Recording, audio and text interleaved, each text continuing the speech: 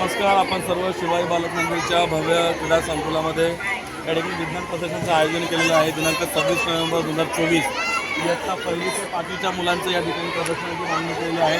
आपण बघूया क्रमाक्रमाने प्रयोग विद्यार्थ्यांनी कसे केलेले आहेत आणि ते कशी प्रयोगाची मांडणी करत आहेत. काय नाव प्रयोगाचं सांगा. एकाने बोला, कोणीतरी. कोण बोलणार आहे? हां बोल, कसं काय सांग. मी आता पहिलीमध्ये शिकत आहे. माझ्या शाळेचे नाव शिवाई बालक मंदिर. माझ्या प्रयोगाचं नाव जादूचा प्रयोग. आपण बघणार आहोत मेंदूचा रंग लाल कसा डोळ्या कशा या प्रयोगासाठी लागलेले साहित्य दाखव मला डायरेक्ट दाखव. डायरेक्ट करून दाखव. माहिती नको सांगू, करून दाखव. हां हां हां घे. टाक लिंबाचा रस. थोडा टाक लिंबाचा रस. ओके बस. आता काय टाकणार आहे? हां आता हां ओके. आता काय करणार आहे? हां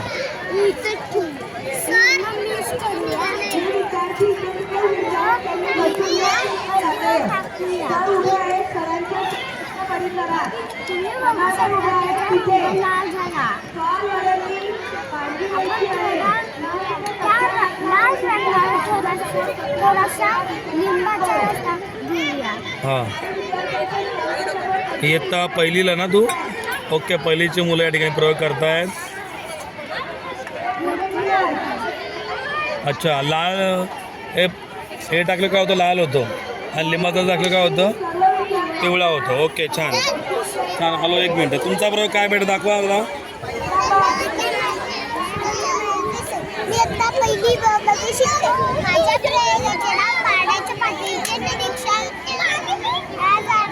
हां दाखवा. हां मला डायरेक्ट करून दाखवा. आता पाणी केवढं आहे? हां ओके. बेशमार. ओके हां ओके. आता दाखवा. हां आता काय पातळी पाण्याची वाढली, आधी पातळी कमी होती. याच्यावरून काय झालं सिद्ध? कारण की दगडाने पाण्याची जागा घेतली म्हणून पाणी वर आलं. धन्यवाद. ओके छान. आपण आता बघूया तुमचा प्रयोग काय सांगा आम्हाला जरा. आवाज मोठा करा आवाज. नमस्कार. मला आता तुम्ही नाव नका सांगू, तुम्ही डायरेक्ट प्रयोग सांगा. मला वेळ कमी आहे माझ्याकडे. काय केले तुम्ही? माझ्या प्रयोगाचे नाव आहे घटनेचा परिणाम. साहित्य 2 ग्लास 2 3 चमचा व पाणी. आपण ग्लासामध्ये पाणी घेऊया. इयत्ता 1ली ते 5वीच्या विद्यार्थ्यांच्या विज्ञानाच्या प्रदर्शनाचं परीक्षण झालेलं आहे. या सर्व विद्यार्थ्यांनी गेट समोर येऊन बसायचं. चला, 1ली ते 5वी. हां टाका लिंबू. त्याचप्रमाणे जे विद्यार्थी इतरत्र काय झालं? त्या विद्यार्थ्यांनी बरोबर. दुसऱ्या ग्लासामध्ये आपण मीठ टाकून घेऊया.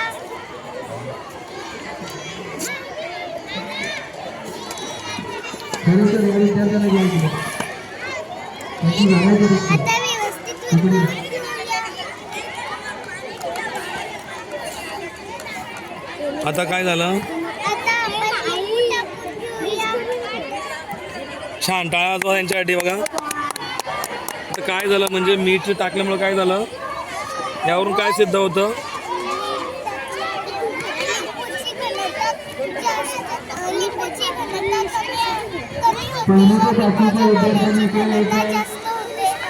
ओके छान. या इकडे. काय? छान छान. तुमचा काय प्रयोग आहे? बोला पटकन. तुमचा प्रयोग काय आहे? दाखवा. डायरेक्ट दाखवा. मला नाव नका सांगू. डायरेक्ट कसं दाखवा करून. हां हे काय होतं आहे? हे काय आहे? आणि प्रयोग कुठून सगळीकडे श्वसन घेतो आपण, श्वसन प्रक्रिया. ओके, छान. तुम्ही काय केलं? हा, कसला? हा, काय विहिरीचा उपयोग? विहीर कशासाठी असते?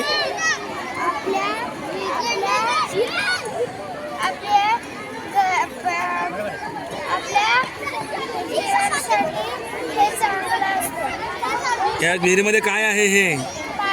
हे पाणी कुठून आलं विहिरीमध्ये?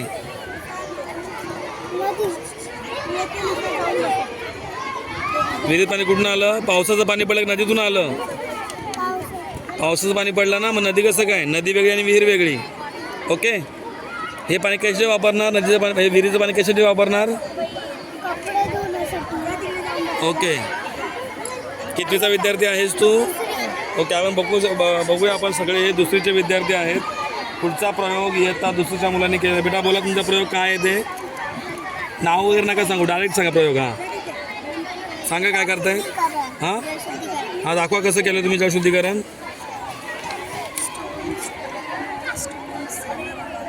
बस ओके, दाखवा. काय झालं हे वरून? याच्यामध्ये काय काय आहे वरती? मोठे खडे, छोटे खडे, वाळू, कापूस, स्वच्छ. ओके, हे स्वच्छ अशा प्रकारे पाणी आपल्याला काय करता येतं? शुद्ध करता येतं, स्वच्छ करता येतं. छान. हे कोणत्याही कार्यक्रमात नाही होत विद्यार्थी काय प्रयोग आहे तुमचा? हे काय केलं तुम्ही? वॉटर टँक केलंय. कशासाठी वॉटर टँक आहे हे? अच्छा, तुम्ही स्वतः बनवलंय? ओके, तुमचा प्रयोग काय आहे? हां, सांगा जरा, स्पष्ट करून जरा बोला, जोराने बोला. नमस्कार करा. नमस्कार, हां, बोला. मी ओंकार परमेश्वर मते, दुसरी सेमीचा विद्यार्थी. आमच्या प्रयोगाचे नाव आहे ग्रीन हाऊस. हां, बोला पुढे. कशासाठी उपयोग होता ग्रीन हाऊसचा? याचा उपयोग काय आहे ग्रीन हाऊसचा? हे काय आहे त्याच्यामध्ये? आतमध्ये काय आहे? झाडं. झाडे लावलेत का? Okay okay. नमस्कार, आपण आता इयत्ता 8वी ते 10वीच्या प्रयोगांकडे आपण वळतोय. बोला, तुमचं काय नाव आहे प्रयोगाचं? हरितगृह परिणाम. हां, सांगा थोडी माहिती तुमच्या प्रयोगाबद्दल. हरितगृह म्हणजे वनस्पतीचे रक्षण करण्यासाठी मानव निर्मित एक म्हणजे सर्व भिंती आणि छत पूर्ण पारदर्शक अशी ही मानवनिर्मित खोली आहे. हिला ग्लास हाऊस असेही म्हणतात. आणि आधीच्या काळामध्ये या प्लॅस्टिक ऐवजी काच टाकत असत, म्हणजे काचने ते पूर्ण कवच झाकून गेलेलं असत. पण आता ज्या म्हणजे आता या आधुनिक युगामध्ये प्लॅस्टिकने केलेलं आहे. आणि जेव्हा सूर्याची किरण ह्याच्यावर पडतात तेव्हा आतमध्ये उष्णता निर्माण होते आणि त्यांना त्यांचे पोषक तत्वे भेटतात. Okay, thank you. काय नाव आहे तुझ्या प्रयोगाचं नाव? बोला. आणि ज्यांचं झालेलं आहे नायट्रोजन आणि सल्फर डायऑक्साईडमुळे होतो आम्ल पाऊस. हा आम्ल पाऊस हा सल्फर डायऑक्साईड नायट्रोजनमुळे होतो. आम्ल पाऊस हा वातावरणात मिसळला तर त्यापासून सल्फ्युरिक आणि नायट्रिक ॲसिड तयार होते आणि त्यामुळे आपल्या पृथ्वीच्या पृष्ठभागावर पाऊस पडतो आणि त्याच पावसाचं रूपांतर नंतर आम्ल पावसात होते. बरं, आम्ल पाऊस हे पृथ्वीमध्ये आहे का? आम्ल पाऊस पृथ्वीमध्ये असतो कारण ज्या कंपन्या केमिकल कंपन्या असतात त्या केमिकल कंपन्यामधून जो धूर निघतो त्या धुरात सल्फर डायऑक्साईड आणि नायट्रोजन असल्यामुळे ते ऑक्सिजन किंवा पाणी यात मिसळतात आणि ते जर त्यात मिसळले तर ते आपोआप वर जातात आणि त्यातून जे पाणी पडतं ते पाऊस असतो. पण त्या पावसाचंच रूपांतर नंतर ॲसिडमध्ये होते. ओके, छान. या इकडं. बोला, काय नाव तुझं प्रयोगाचं? भूकंपापूर्वी आमचा नाही बरोबर.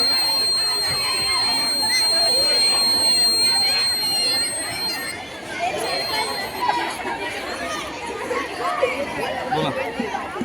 आमच्या प्रयोगाचं नाव आहे carbon purification for industry.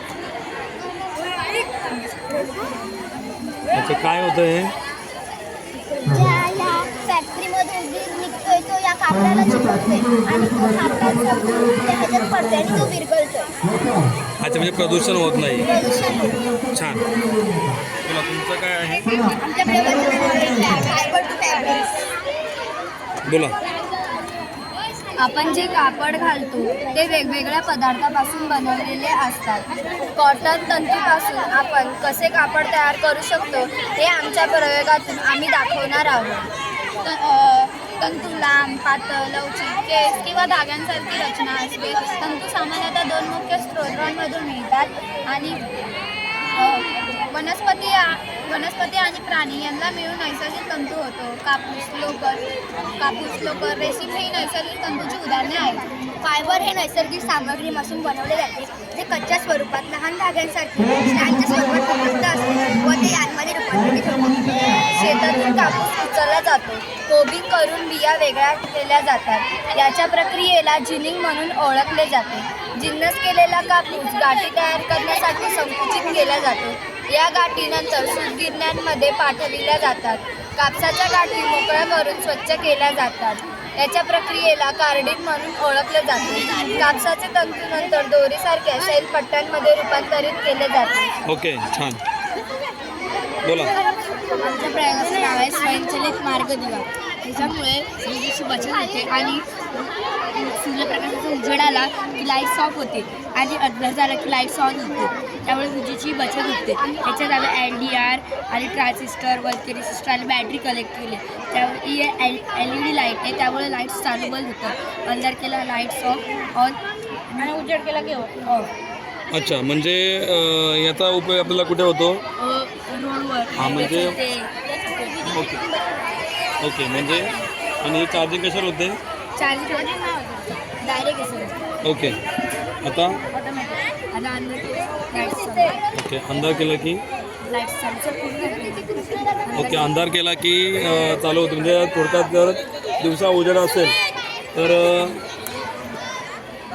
Light बंद होते आणि आता लाईट बंद झालेली आहे. आता जसं समजा रात्र झाली, संध्याकाळी 6-6:30 वाजले की अंधार झाला. अशा प्रकारे हा अंधार झालेला आहे.